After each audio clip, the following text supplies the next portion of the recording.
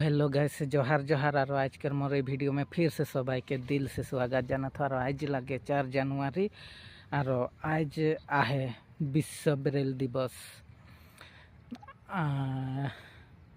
Louis Braille नाम के एक जन महान व्यक्ति जैन की हमने के अंध करने, दृष्टिहीन करने, पढ़े सुविधा करने लिपि प्रस्तुत करी रहे, माने अंध गिला करने पढ़े कर सुविधा करने एक लिपि बा पुथी प्रस्तुत करी रहे लुई ब्रेल नाम के एक व्यक्ति। तो खर आज जयंती दिवस संग खर जयंती दिवस के संगति राख के आज विश्व ब्रेल दिवस हिसाब पालन करल जाला। तो आवा हमरा सब मिल के खर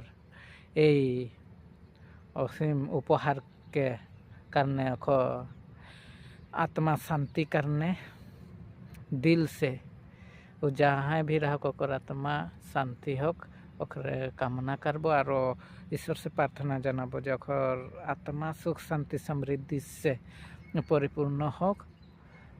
और मैं भी एक दुआ करत हूँ और जेहन कि इतना महान व्यक्ति हमने के अंध करने, दृष्टिहीन करने इतना खिनी कर गलक तो करना हंसाई गौरव करत और बेसी नहीं बोलबो। तो बहुत सौभाग्य के दिन आज के दिन में अंध गिला करने, दृष्टिहीन करने, पढ़े कर सुविधा करके गलक तो करना बहुत बहुत धन्यवाद भी जाना था।